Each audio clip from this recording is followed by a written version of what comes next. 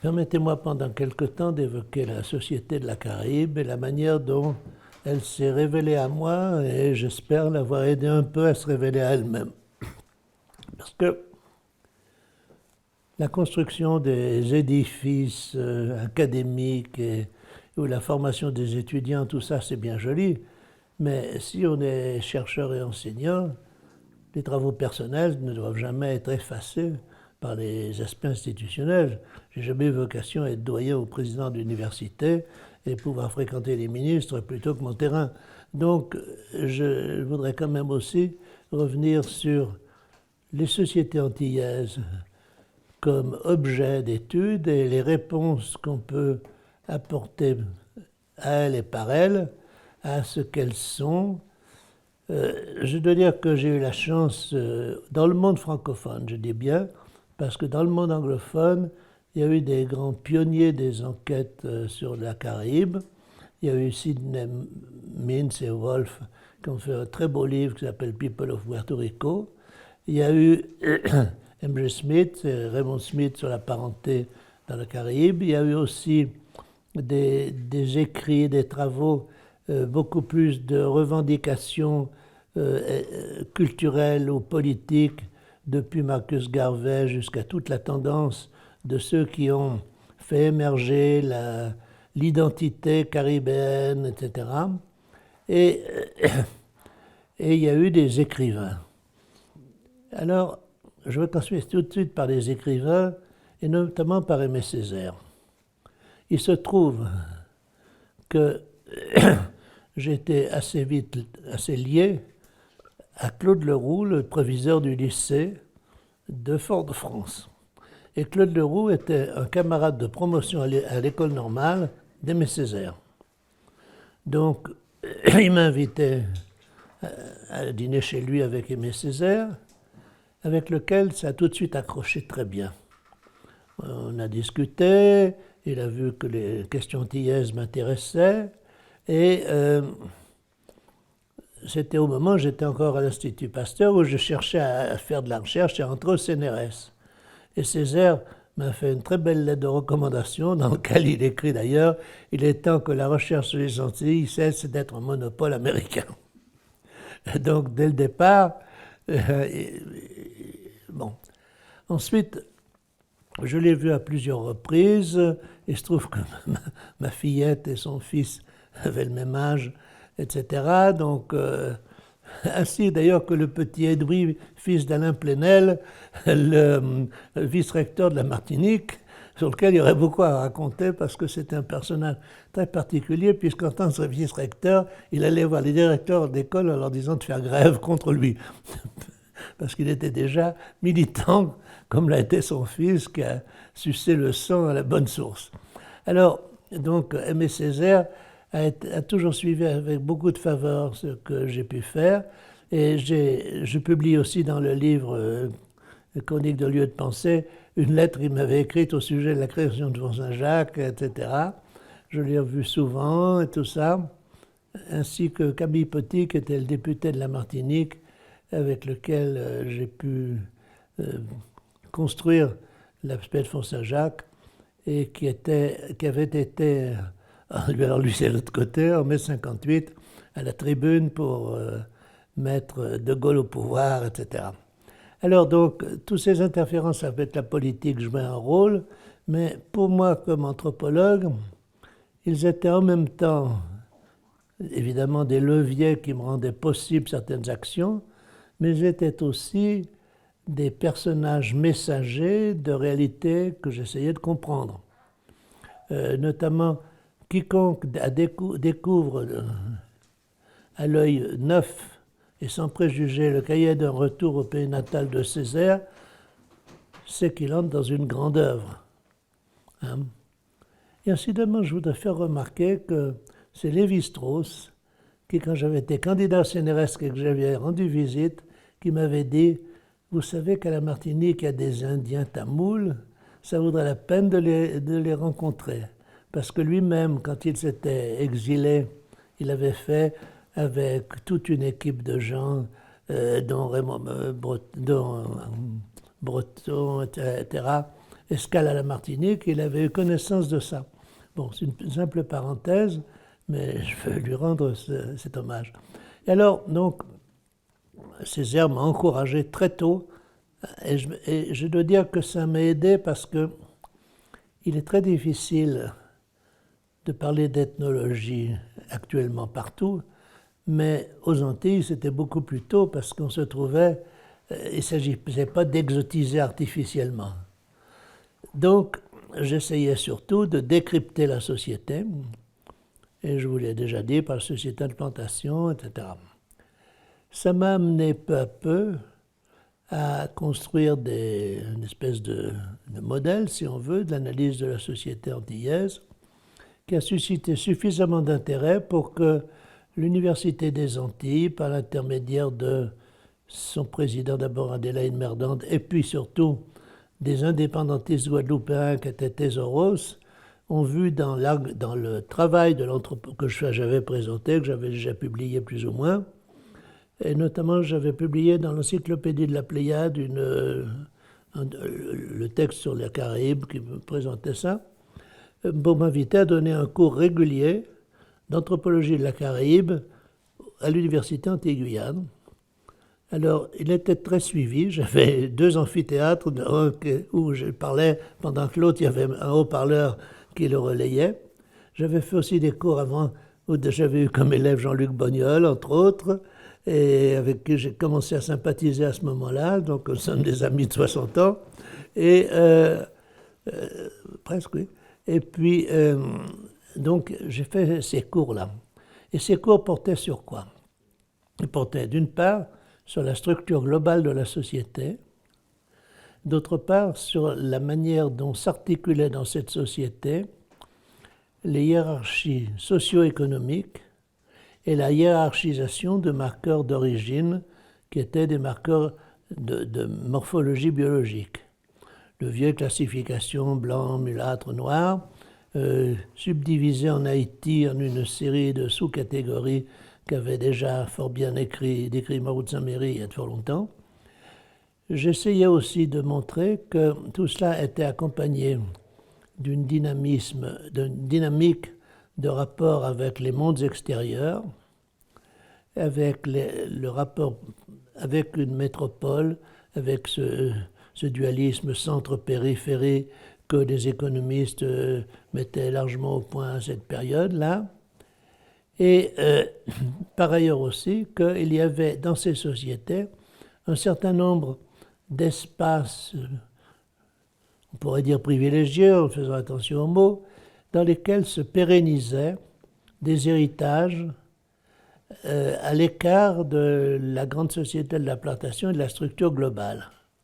Et que dans ces niches-là se trouvait une partie des sources et des soubassements de l'identité culturelle antillaise. Il y avait évidemment ce monde des pêcheurs, il y avait une partie du monde des paysans, et notamment dans l'île de Marie-Galante où existait une société paysanne qui n'avait jamais été rompue par l'invasion de la plantation. Il y avait des enclaves dans des domaines du soin, de la guérison, de certains rituels, notamment tout ce qui entourait la mort, tout ce qui entourait la maladie. Je passe sur les détails, mais ils sont très nombreux. Et de tout cela se construisait donc à la fois sur une structure sociale très différente de celle de l'Europe ou de la France métropolitaine, une culture qui piochait à la fois dans des apports à travers l'école, à travers le long temps de présence et d'intégration à la France, des éléments importants de la culture française, écouter parler un Antillais, un Martiniquais notamment, c'est écouter parler souvent un Français du grand siècle, avec une grammaire et une richesse de vocabulaire qui même dans le peuple sont étonnantes. Et puis c'est aussi dans ces interstices des approches, des héritages venus de l'Afrique ou de l'Inde, et notamment évidemment dans ce domaine privilégié qu'est la musique, le chant, le rituel relatif à la mort, c'est-à-dire tous ces éléments de mise en signification du monde. Donc ce qu'était la construction appartenait à l'Europe et à son économie, ce qu'était la signification venait souvent de beaucoup plus loin. Et cette mise en évidence de cette signification comme la partie d'une construction d'une civilisation antillaise, non pas simplement des marges secondaires, comme mes collègues ethnologues qui disaient toujours « Oh voilà, oui, c'est ça, tu vas sous les cocotiers », et qui voyaient de la Martinique les plages et pas du tout cette civilisation. Un seul l'avait vu, et avait très bien écrit là-dessus, c'était Michel Léris, qui dans un livre qui a été le pionnier, Contact de civilisation en Martinique et en Guadeloupe, avait vraiment bien vu ça, avec d'ailleurs là aussi l'accueil et l'appui des Césaire, et tout ceci s'est cautionné les uns des autres. Alors j'enseignais ça dans une université dont le président était Roland Tesoros, leader indépendantiste, avec d'autres collègues comme Edaval, qui l'était aussi. Et il y avait aussi un nommé Jackie Berthelot, architecte, avec lequel on collaborait, et qui est mort en déposant une bombe un jour en tant qu'insurrection. Mais il y a eu le grand procès des indépendantistes guadeloupéens, et je garde précieusement un livre où chacun m'a dédicacé un chapitre. Ils m'ont tous signé le livre, mais je n'étais pas pour ça plus engagé. Et ça, c'est l'autre point. Et ça, j'y tiens, j'y reviendrai. J'essayais de bien comprendre et de faire marcher au mieux ma machine intellectuelle. J'essayais d'être en vraie relation, donc en véritable empathie avec ces gens. Je me mettais de leur côté quand j'étudiais les choses de leur côté. Mais par contre, j'essayais ensuite de me dégager, comme on se dégage d'un manteau, pour pouvoir à mon tour le poser, le regarder tel qu'il était. Et je ne me sentais pas le droit, en étant du dehors, d'être de ceux qui travaillent comme si j'étais au-dedans. Et c'est à ce moment-là que j'ai compris aussi pourquoi et comment, quoi que l'on fasse, quand on est étranger à une société et qu'on travaille sur elle, on reste quelque part insatisfaisant pour les gens de la société. J'ai eu longtemps à me poser des questions sur pourquoi tel collègue qui lit et qui cite ce que j'ai écrit, qui vient à la bibliothèque à Font-Saint-Jacques, ne cesse d'avoir des critiques sur ce qu'on fait. Jusqu'au jour où j'ai senti, compris et ensuite discuté avec eux le fait suivant, c'est que moi, je suis dans une société que j'étudie. Je l'étudie comme un donné. Un donné, c'est quelque chose de stable. C'est quelque chose que j'accepte. Eux, ils y vivent. Ce n'est pas un donné, c'est un état pour lequel ils ont un projet qui peut être un projet de changement et de différence. Moi, non seulement je n'ai pas de projet sur la société, mais je n'ai même pas le souhait d'un projet, ni le droit d'en avoir un. Si j'ai le droit, si je me donne le droit comme étranger, ce projet risque d'être souvent en porte-à-faux. C'est par besoin d'une empathie extrême que je fais semblant de m'engager, mais ils savent très bien que dans un temps, je serai ailleurs et que si j'ai le projet de la révolution, ils feront la révolution, ils en crèveront ou ils gagneront, mais moi, pendant ce temps-là, je garderai mon poste ailleurs. Si bien que cette distance infranchissable et absolue doit entrer en permanence dans notre conscience. Je me souviens à l'île Maurice d'un collègue qui enseignait les sciences sociales dans un collège avec le petit revenu qu'on avait à l'époque à l'île Maurice. Et je raconterais comment j'ai pu faire pas mal de terrain avec eux. Et qui me disait, oui, mais toi, Jean, de toute façon, dans quelque temps, tu seras parti, tu retrouveras la France et son confort. Et tout le reste, c'est du passage. Et cela, beaucoup d'anthropologues ont trop tendance, non pas sur place, mais à l'extérieur, à l'oublier. Et c'est une des leçons qu'on va retrouver en réfléchissant sur l'éthique, je crois, qui est une des formes d'exigence envers nous-mêmes que nous devons avoir, c'est cette lucidité sur les limites de ce que nous faisons. Nous fournissons des matériaux, mais nous ne sommes pas là pour changer. Et nous, même, or, nous devons faire attention, parce que, vous voyez, j'étudierai les papillons ou une fourmilière. Je peux tout écrire sur les papillons, je peux tout écrire sur la fourmilière, la structure sociale de la fourmilière, etc., son territoire. Les fourmis s'en foutent. Ça n'aura aucune influence sur elles.